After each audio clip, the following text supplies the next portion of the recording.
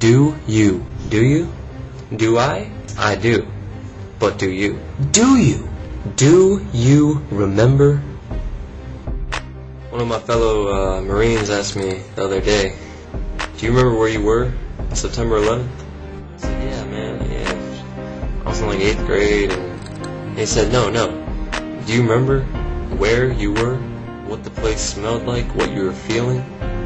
So I sat there and I thought about it, and suddenly I could see the dentist towering over me. I was probably 13, and the nurse saying something I don't really remember, and the dentist pulled the instrument out of my mouth, dropped it on the tray, and ran off. I could hear this commotion, people talking on their cell phones, yelling.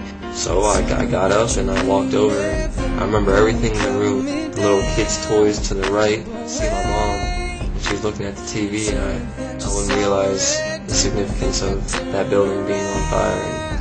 And, you know, over the years, all it's become is who did what, why we're there, for politics, for money, for oil, pride, ego. When do we stop? How far do we go? We still deal with everyday consequences of decisions made based on that attack, and some questioning if it even was an attack. I mean, there's conspiracy theories, there's secrets, questions, mostly there's fear that could happen again.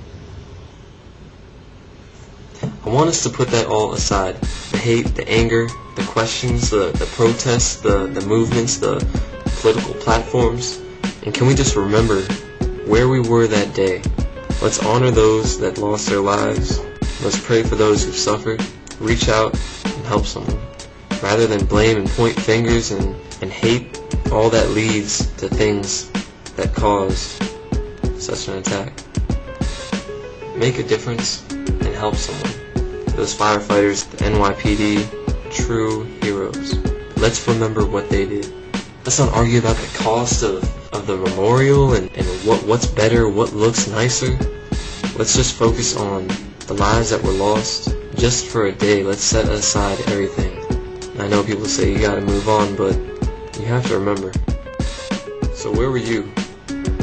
Where were you on that day?